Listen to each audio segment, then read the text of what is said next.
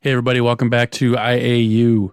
IAU, as always, is brought to you by TroyCast. Check us out at our website. It's www.troycast.com. You can find our blogs, all these podcasts, and all the other material that we produce. That's www.troycast.com. Also, don't forget to check us out on all of our social media platforms.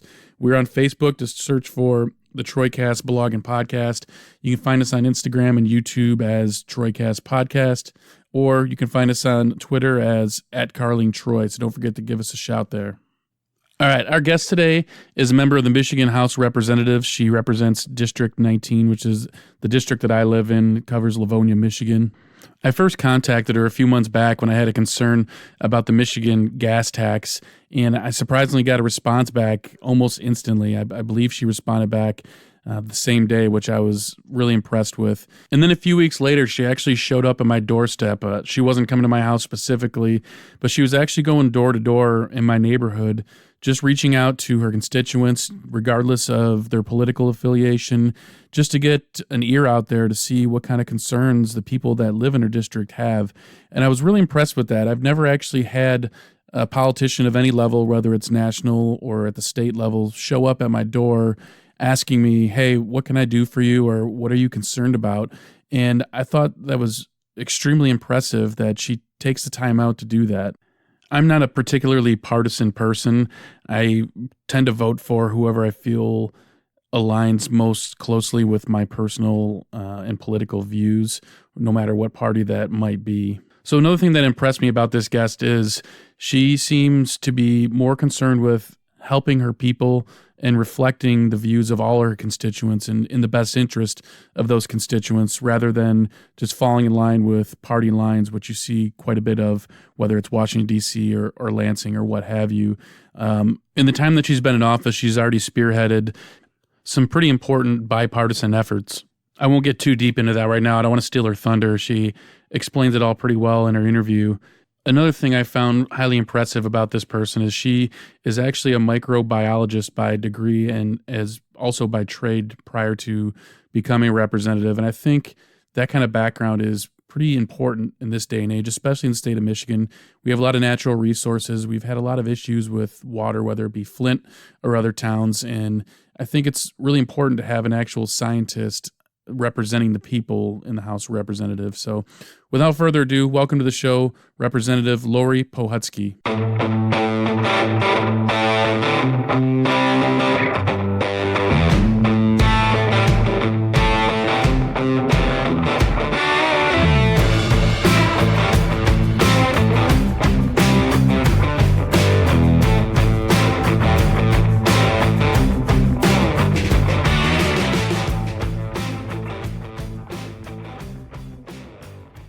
All right, Laurie, welcome to the show. How are you?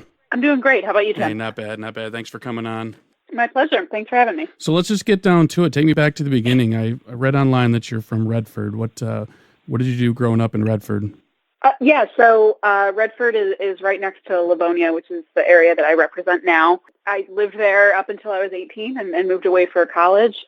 It was great. You know, I lived with my mom. My dad passed when I was 12, so for the most part, it was just me and my mom. When I was about 14, my grandma got sick and came to live with us, so I learned to take care of her. My mom was a nurse, so I had a fair amount of help when it came to medical stuff with my grandma. But it was a great place to grow up. My mom still lives there. It was a good community, and I was really into science as a kid. I was part of my school science Olympiad and stuff like that. Really into music. Learned to play guitar when I was around 13. But I was always kind of a geek, I guess. I was really into reading and not very athletic or anything like that, but I was more into science and the arts, things like that. And so you went to Michigan State for college, is that correct? Correct. What did you major in there?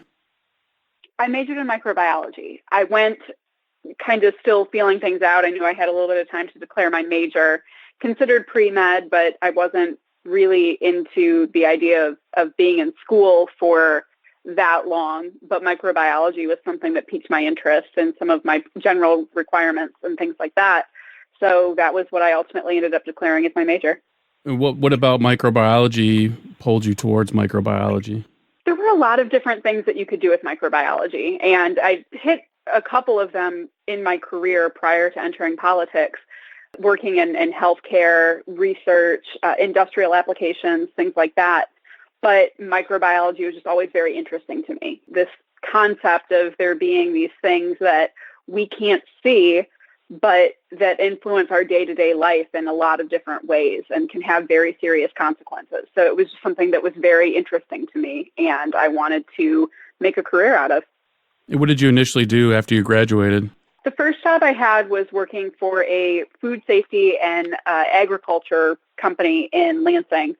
I did their quality control for their diagnostic tests. So they had a number of different areas that they dealt with, but what I was doing quality control testing on their pathogen testing, allergen testing, food safety kits, things like that, and a couple of stability projects and troubleshooting things that came up along the way.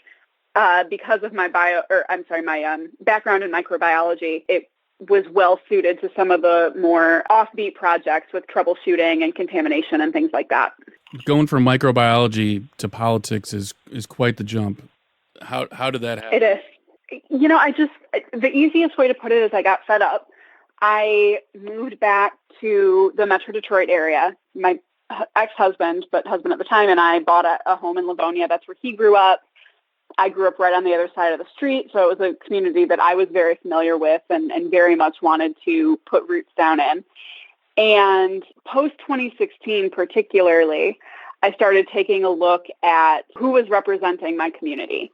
And it didn't seem like the people who were elected in this area were really reflective of the values that I had, and it seemed like the majority of the people I knew in the area had. More than that, once I started looking at some of the laws that were coming out of the Capitol in Lansing, I saw that they had a basis in science, but there were no scientists in the room dealing with those policies. There were things that I knew, there were questions I knew that I would have asked if I had been there, but nobody was there to ask them. So I kind of looked at the landscape, and Livonia was an area that hadn't been held by a Democrat in, about 40 years. So it wasn't a matter of me throwing off any particular election or anything like that. The worst case scenario was that I was going to run for election and lose, and that would be a hit to my ego, but I would survive. So I filed to run and started knocking doors May of 2017. And so we are a day before Election Day, and reading up on your election, it looks like you had quite the tight race all the way down to the wire. Can you take me back to what Election Day was like for you last year? Election Day 2018, for the general election, because I also faced a primary, was one of the longest nights of my life. My election didn't get called until almost 5 a.m. I went with some of my friends and my campaign manager to the Livonia Democratic Club, and we had a watch party for all of the races across the country. So that was just a huge night in general for the U.S. And because I knew how late my primary had been called, I won my primary by 9.5 points, but it wasn't called until about 1:30 in the morning. So I had a feeling that this was going to be an equally late night, if not later. So around midnight, we decided that we should probably go to City Hall and just see what was going on, see if we could get any better word. And it was very clear that there was no end in sight. There were some new machines being delivered because the ones at City Hall had broken. So they were still counting absentee ballots. And the clerk said that there was going to be still quite a wait. So we all went back to my house, and a couple of the reporters were at City Hall and said that they would let me know when they heard things. And I was still in the lead around 3 a.m. and the New York Times called it. But I knew that there were still a fair amount of absentee ballots. So I started getting phone calls from people saying, I heard you won, the New York Times called it. But I had to tell everyone, that's not true. Don't put that up anywhere. We don't know that yet. And at about 4:50 in the morning, it got put on Twitter by one of the reporters that was still at City Hall saying that I had won by about just over 200 votes. and another campaign manager from the state senator's campaign was still at City Hall, and she called my campaign manager to tell me that it had called and that I had won. But it was one of those things where, it was so late, or at this point so early, that there wasn't really anybody that I could call other than the people that were here. So I texted a couple people that had helped out on the campaign tremendously and let them know that I had won. But there was also kind of this hesitation because it was 221 votes. After it was certified, it ended up being 224. But I didn't really know what the cutoff for a recount was. I didn't know if it was going to be contested because my opponent was pretty upset from what I was hearing down at City Hall. So I was almost hesitant to say, yeah, it's done, I won, until about 7:30, the minority leader of the House at the time, Sam Singh, called me and said, "Congratulations, I'll see you at your orientation tomorrow." Oh, wow. So that was when I finally kind of let my breath out and felt comfortable telling people who I was not as close to, but, just more people at large, that, yeah, it's called and I won. So they don't waste any time. You go immediately into orientation the next day? Yeah. So, wow. Most people have their elections called the night of election day. Mine wasn't called until Wednesday morning. So the next day was when I had orientation, and it was Thursday and Friday, which was kind of interesting because I was still working at the time. Mm-hmm. I was working part-time. So I was very fortunate that I had an employer that was able to roll with the punches, because when I left before my election, I told them, I think I took about the last week off before the election.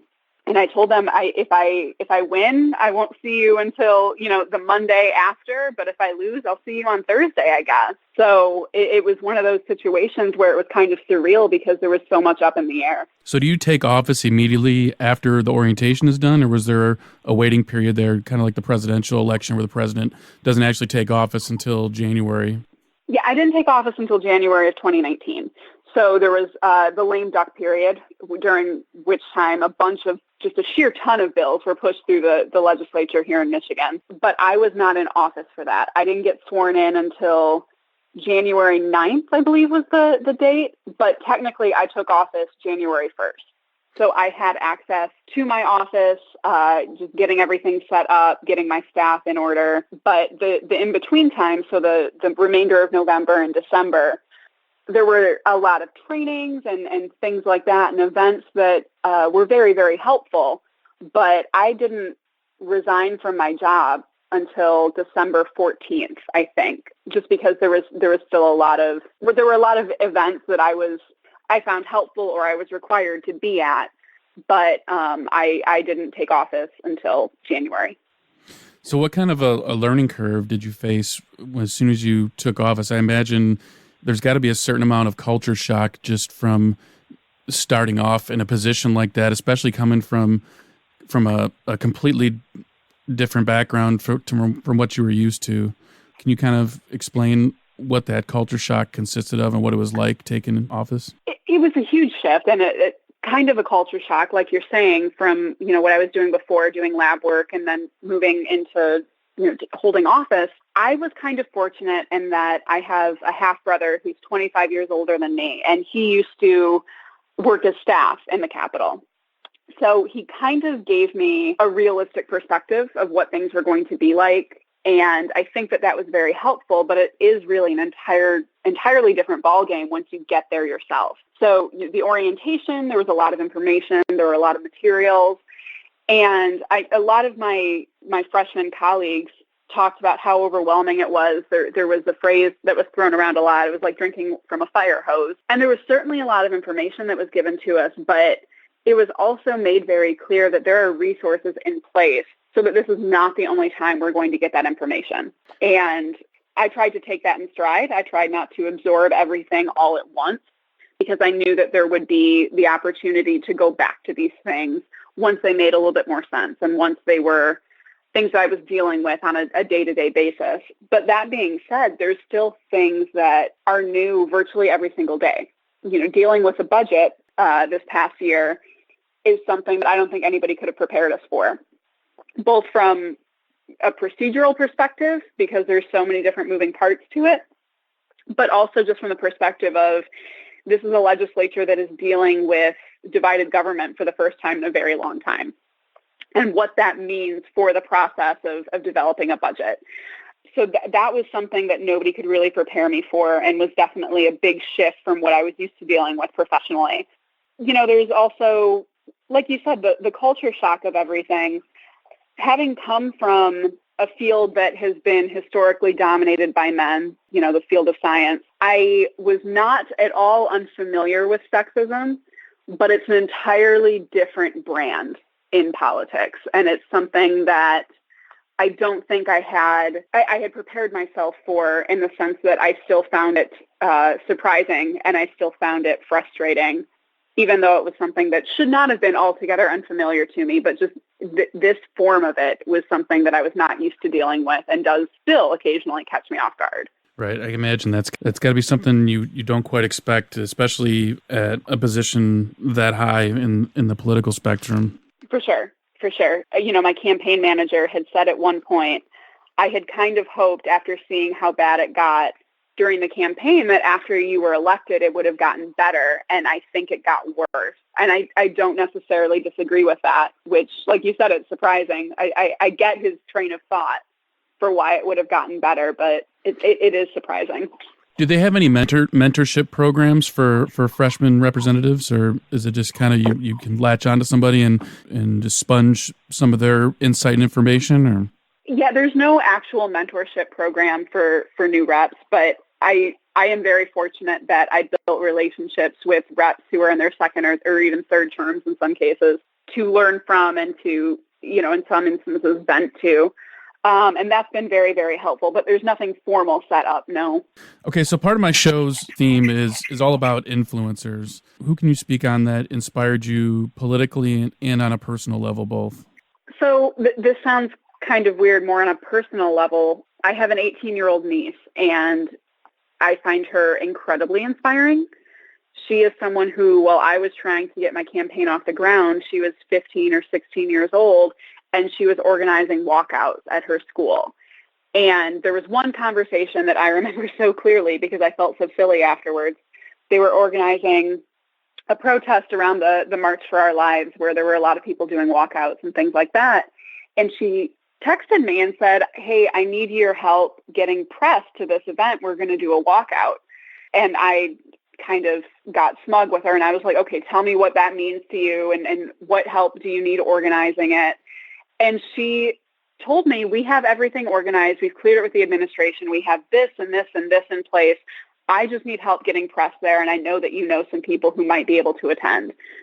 And it was such a humbling moment, because that I think that is becoming more and more common in her age group, the Gen Zers, who are honestly taking charge of things. And they did voter registration drives at their lunches every single day when she was in high school. She couldn't even vote, but she was trying to make sure that the people she went to school with were registered so that they could exercise that right, since they were going to be of age to do so. So it's weird, because it's not like she's a politician or anything mainstream like that, but the fact that she took the initiative, and that so many of her peers took that type of initiative, I found so inspiring. So on days where I felt very, down or tired, and just thought, and still, days where I get frustrated with the process, I find things like that so completely inspiring, because she can vote now, but at the time, those decisions were being made by people like me. And the fact that she and her friends and their peers took that initiative to try and take some type of active role in it was so just kind of awe-inspiring to me. That's really cool to hear, especially people that aren't old enough to vote yet, really recognizing the importance of voting. Every time I hear somebody, a friend or a family member, tells me, "Oh, I don't vote," or "I don't vote," I kind of cringe, because that's the one way that we can get the one guaranteed way we can get our voice heard. And when I joined the military, that was one of the questions on one of the tests that we had to take was, what is the one way you can directly affect the democratic process? And of course, the answer is voting. But I think it's really cool to hear that somebody so young, a Gen Zer, recognizes that and takes it to another level by organizing something like that. Yeah, I mean, it was just so incredible because, like I said, she was technically on the outside of all of that and that whole process, and to just find a way to influence it regardless of the limited ability she had at the time as a 16-year-old it put things in perspective for me, for sure. All right. I was looking at your social media the other day, and I saw that you have a coffee hour in Livonia. Can you tell me a little bit about that? Yeah, so coffee hours are just a chance for constituents, and occasionally have people from outside the district as well, to come and hear about what's going on in Lansing, some of the bills that we're voting on, things that I'm working on, but also to ask questions. So it's interesting for me, and I think it's very helpful because when I'm in Lansing, it's very easy to get in this bubble where everything is very clear because it's something we're dealing with day in and day out. So it's important for me to, one, make sure that I'm communicating effectively what's going on in Lansing and how I'm working on their behalf, but also to hear what that looks like from back home, from someone who's not dealing with it day in and day out and isn't as intricately familiar with it all as I am. So it's helpful for me, but it's also just part of my job to make sure that the people that I represent know how I'm doing that and what I'm working on, and also how I'm voting on the things that are coming before me. I think that's a really cool program, a really good way of looking at it. And one of the things that impressed me most about you, and I don't know if you probably won't remember this, but I emailed you months ago about an issue that I was concerned about. I think it was the gas tax. And I got a response, and then a couple weeks later, I got a knock on my door, and there you were. And I know that you weren't specifically coming just to talk to me about my email. You're knocking on several doors because that's what you do. But I think that's really important to get your face out there. And I don't think a lot of politicians think to do that. And in fact, that's the first time I've ever had a politician show up directly at my doorstep and offer to discuss. And I think I thought it was amazing. I thought it was cool. I thought it was gutsy. Just you have no idea who you're going to run into, because people are very passionate about their politics. So I give you a lot of credit for showing up at doorsteps in your district and being willing to talk to your constituents face to face. I think that's really important, because a lot of people see their politicians on TV, they see the representatives on TV, and they don't get a chance to have that direct dialogue, if you will.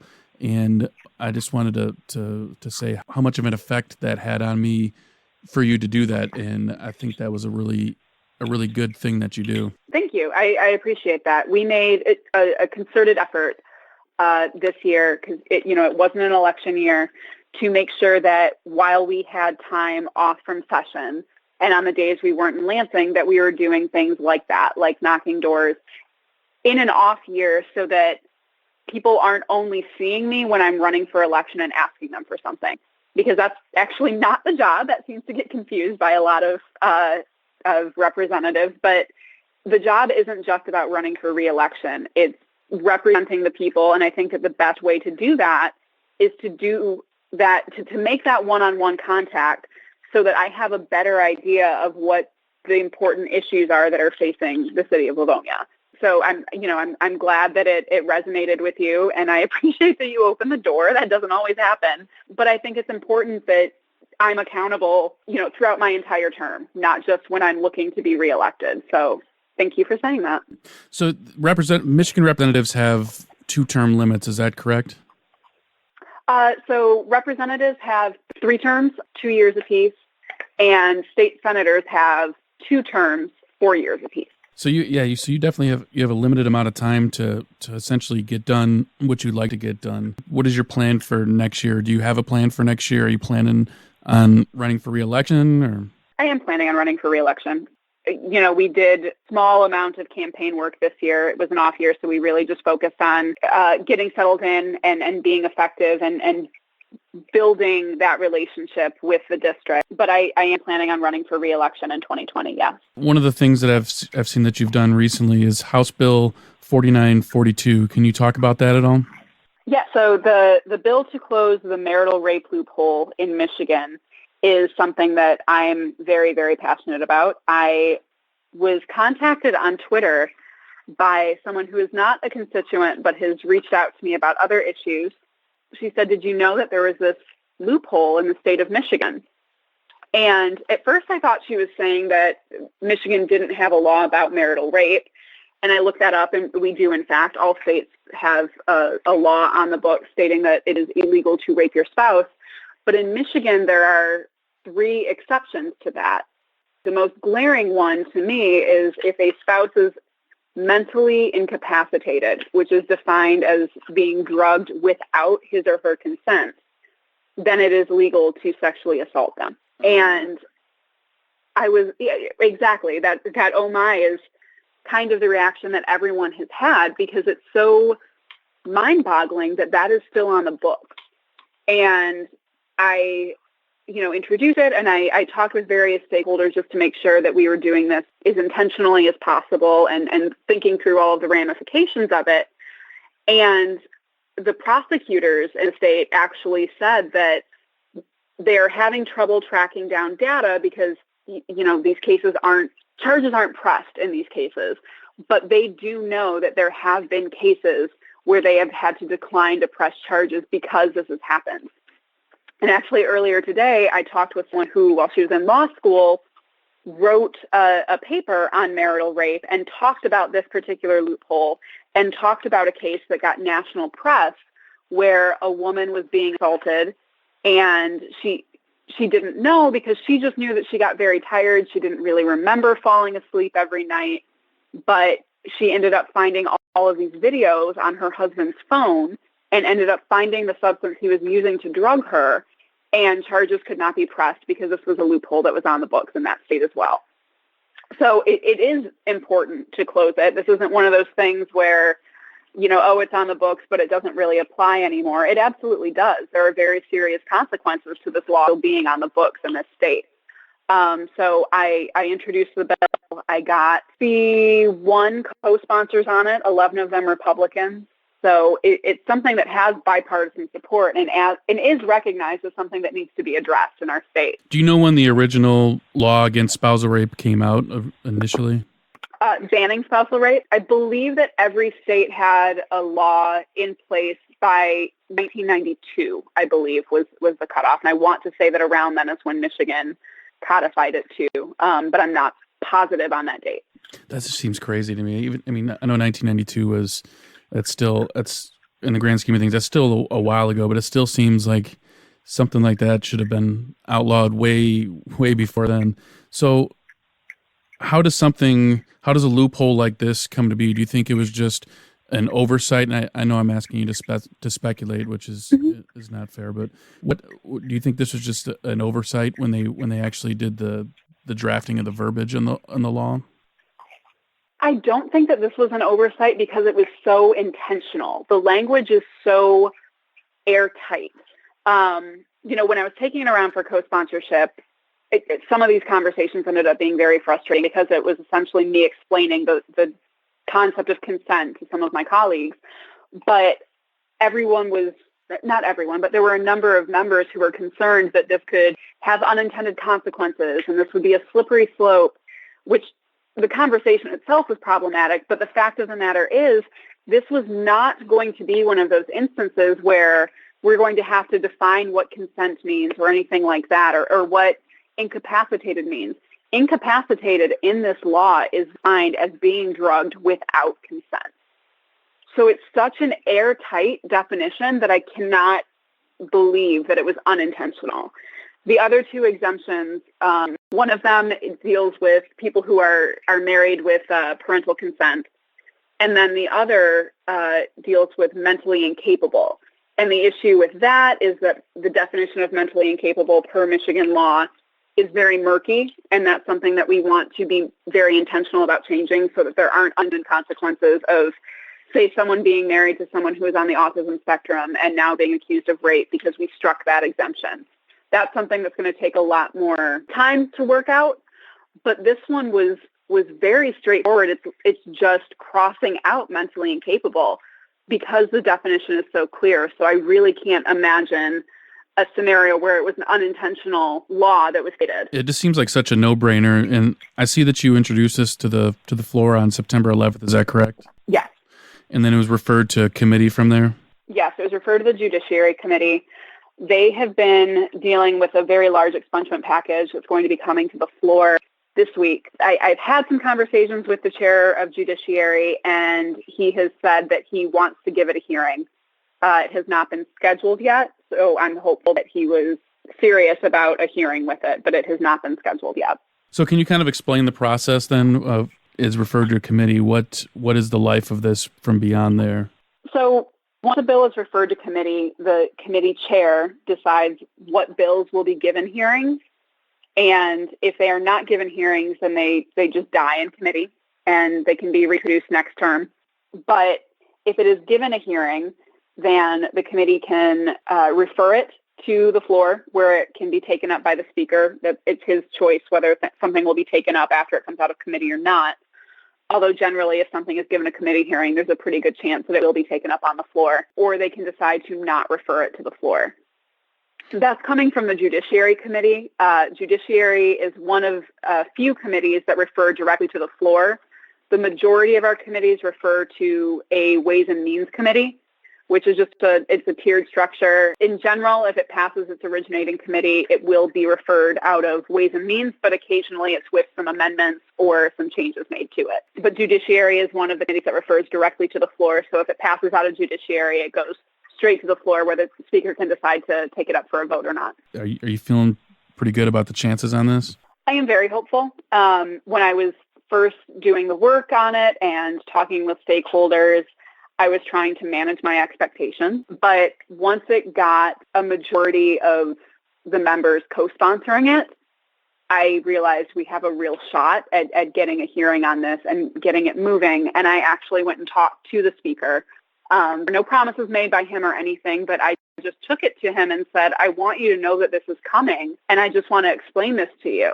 And he saw the bill, and it's a very short bill. It's only one page. It's only a couple of sentences.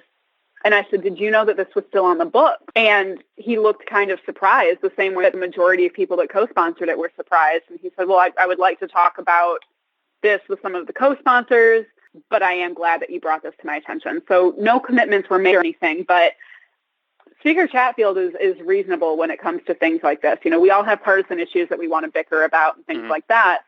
But this really transcends all of that. And the conversation that I had, although it was brief with him, I think really underlined that.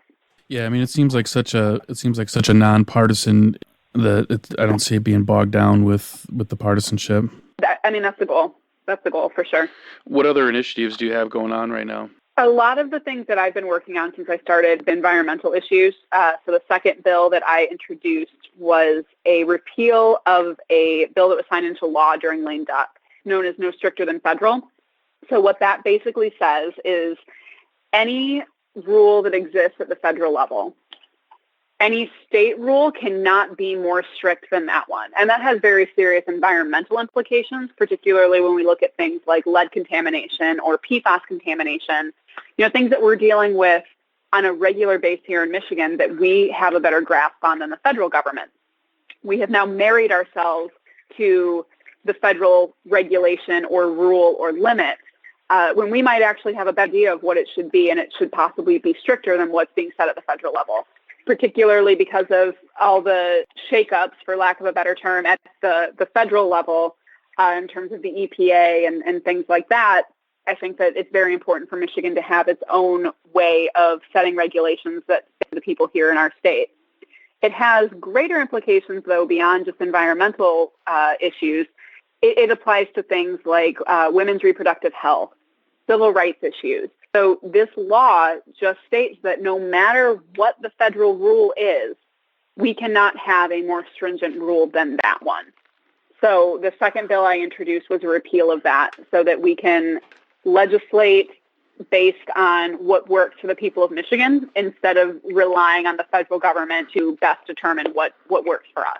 Yeah, it seems really important, too, especially for a state like Michigan. We have such a unique bunch of natural resources, to include the Great Lakes and all of our lakes in general. That seems like that would be important for a state like ours. And I noticed that you brought up the lead water issue, and it seems like this is going to be an issue we're going to be dealing with not just in Flint. I mean, the national attention has all been on Flint, but then I'm starting to hear stories, popping up, not necessarily in our district, but I have a friend in White Lake that's dealing with a lead in the water issue right now. I'm read an article just today about some towns in Canada that are now dealing with lead in the water. And I think that we're going to start seeing more and more of that because of when a lot of these towns were built. You know, a lot of the resources they were using involved the lead piping and all that.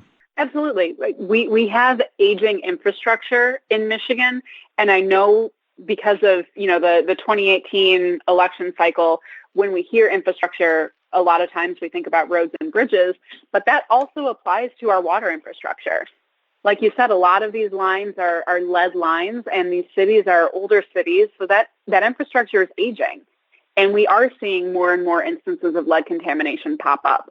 So that's why it's more important than ever to make sure that we can determine those limits here for our state rather than relying on the federal government to do it for us. I absolutely agree.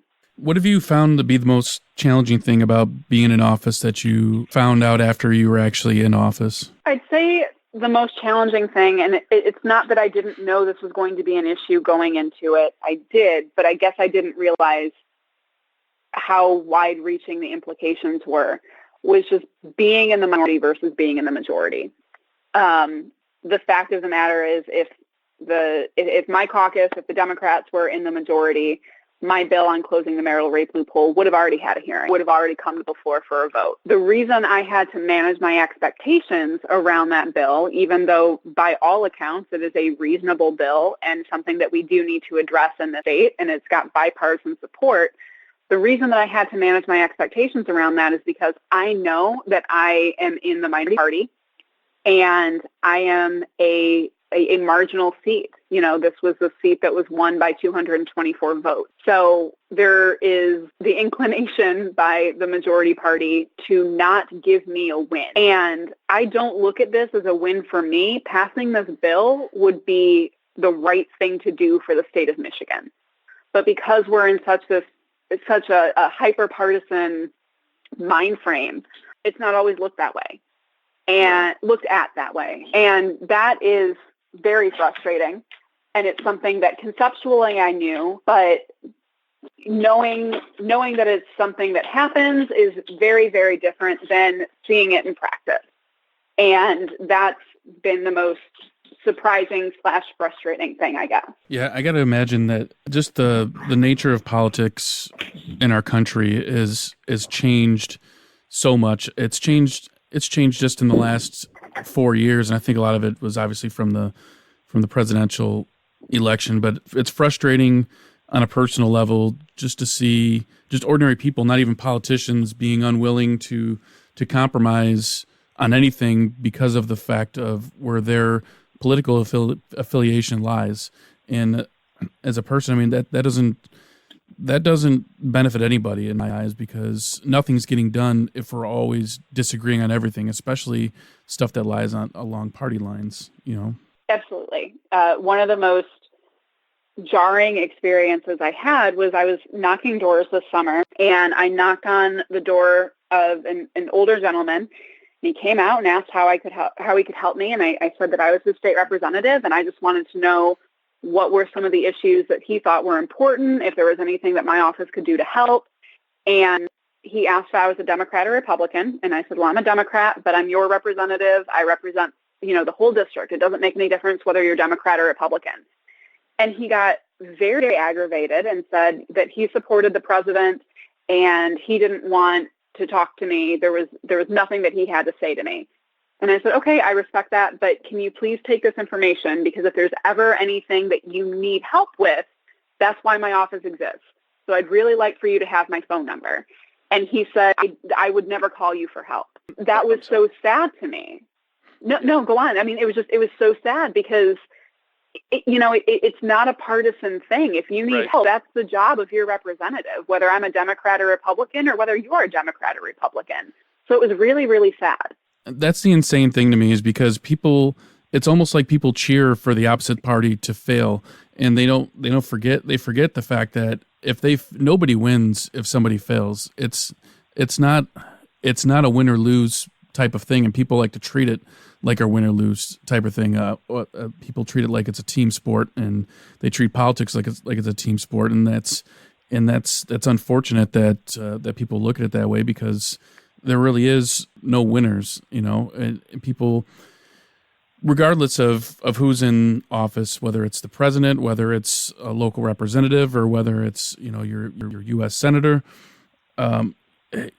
Once the election's over, it's their job now to represent their constituents, whether that, like you said, whether they fall into your party or not. So it's really frustrating just to see people that are so they just refuse to work together. And it's I really hope that eventually, as a people, we can overcome that a little bit. I think that's a lofty goal to have. But like I said, nobody wins when the bad stuff happens. No, exactly. I mean, it does us no good to root for anyone's failure if their failure is also ours. So it's very disheartening to see people just don't want to bridge that gap, even when it would be in everybody's best interest. It is very frustrating and very disheartening. So what do you, I know I'm going to be asking you to look way down the road, and I know, like you said, you're already planning on running for reelection next year. Do you have any further aspirations beyond the Michigan House once you're either termed out or voted out? I don't know. I think a lot of that is going to change. It depends on redistricting and what happens there. At this point, I'm just focused on doing my job right now as it is. The fact that we have very short terms and we have term limits makes that difficult to do. There are a lot of people who get elected to office and are immediately looking for their next step. Right. But what I always tell people is I had a whole life and whole career before this. I will have a whole life and whole career after this. So if I am voted out, or if I decide after my terms are up, this is it, that was all I'm doing with this in terms of running for elected office, that'll be okay. But as of right now, I am very much enjoying the work, as frustrating as it can be sometimes. And I would like to continue serving in elected office. Absolutely. So if that looks like running for state senate someday, for something higher than that, I'm open to that. But right now I'm just focused on being a good state rep for District 19. Weren't the term limits just changed recently? Is that correct? I don't know how recently. Within the last 25 years, I want to say. I know that there's also some talk of trying to tweak those a little bit. I know there'd been talk of a ballot initiative and things like that. I think that that's something that voters are going to have to decide. And because of the sheer amount of misinformation about things that is out there, I think it's kind of a tough sell. People think that we get free health care and we get retirement for the rest of our lives, or we get government cars, and we don't get that. We shouldn't get that. I'm glad we don't get that. I pay into retirement. I pay into my health insurance. I don't have a company car. But because people think that that's still what happens, people don't want their elected officials to get elected and then just cruise through the next 20 or 30 years. And I completely get that. I do think that if we are going to address term limits, we need it after redistricting has taken place, though. The last thing I want to do is something with term limits to get changed, and then we have the same problem that existed when term limits were put in place.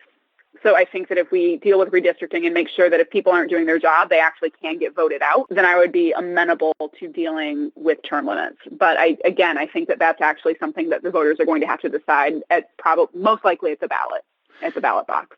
I think there is some value to having term limits. I don't know if the system we have in place right now is what I would agree with as being pretty amount of term limits, because it just feels to me like somebody like a freshman representative gets in, and it just seems to me like by the time they get their feet wet and they start to learn how the system works and start actually being able to do some things, then it's next thing you know, it's time for reelection. And then, a few years down the road, it's time for another reelection. And then before you know it, before they start getting in place and being able to actually really start making things happen, then they term out. And I think that we're missing out on some great leaders that we could still benefit from because of these term limits. That's just my personal perspective. I absolutely agree. The situation we're dealing with now is that the people with the most institutional knowledge in the city of Lansing are lobbyists. And I know that lobbyists can sometimes be a dirty word. That's not what I'm trying to imply, because there are some really great lobbyists advocating for some really great causes. And there are, many of them that are extremely knowledgeable and are great resources when it comes to drafting good legislation. But it is incredibly problematic that that knowledge resides with the lobby corps and not with the people who are actually being elected. So I do think that there is some happy medium between the system that we have right now in terms of term limits and just completely doing away with all of them like it used to. I do think that there is some medium in between that, and I think that that's what we need to aim for. Awesome. Is there anything else that any messages you wanted to get out? The one thing that I think is very important, and I talk about this a lot at my coffee hours, is there is an incredible amount of value in actually calling your representatives and telling them what you think. We do track all of that. It is very helpful when there are issues that are not as black and white, when there's a lot of nuance. So to be able to look at the breakdown and say, this is what the majority of people calling my office think. Or when I'm out on doors and people have this conversation with me about what they think about things. That's stuff that we all do, that we do track and we do look at a later date. But also, even if you know that your representative or senator is on the same side of an issue as you, still make that call. That way, again, it can be tracked and you're making sure that your voice is heard. We saw this with the Line 5 issue, which I don't know if that's going to end up coming up for a vote this term or not. At one point, it looked like there was a potential in terms of voting for the tunnel construction or against it. And I knew that the vast majority of people that I talked to on doors and at my coffee hours and things like that were not supportive of this tunnel. But I needed to be able to look at the numbers and tell the leadership in my office, absolutely not. This is how the people in my district feel. This is what they sent me up here to do, is represent them. But it was one of those issues where people knew where I stood on it, so they didn't feel like they needed to call and tell me. Right. So there is a lot of value in calling your representative or your senator just so that they have that hard data at the end of the day when they go to take that vote. Awesome. And where can your constituents find you on the internet? Do you have an official webpage and official social media that they can interact with you with? Absolutely. So I am on Twitter at LPohutsky19. My Facebook, if you look for Representative Laurie Pohutsky, I'll come right up. And on my website through the House Dems is housedems.com/Pohutsky, Pohutsky. That's got all the contact information for my office, but I try to be very, very receptive on social media as well. So you can usually get a hold of me there too. And I'm pretty good at getting back to you in a reasonable amount of time. Outstanding. Well, Representative Pohutsky, I really appreciate you taking the time out to talk with us today. You've been more than generous with your time. I've enjoyed it, and I really appreciate you talking to us. Thank you so much. Thank you, Tim. I really appreciate it. All right, everybody. Thanks for stopping by. That's all we have for today. Just wanted to say an extra special thanks to our guest today, Representative Laurie Pohutsky.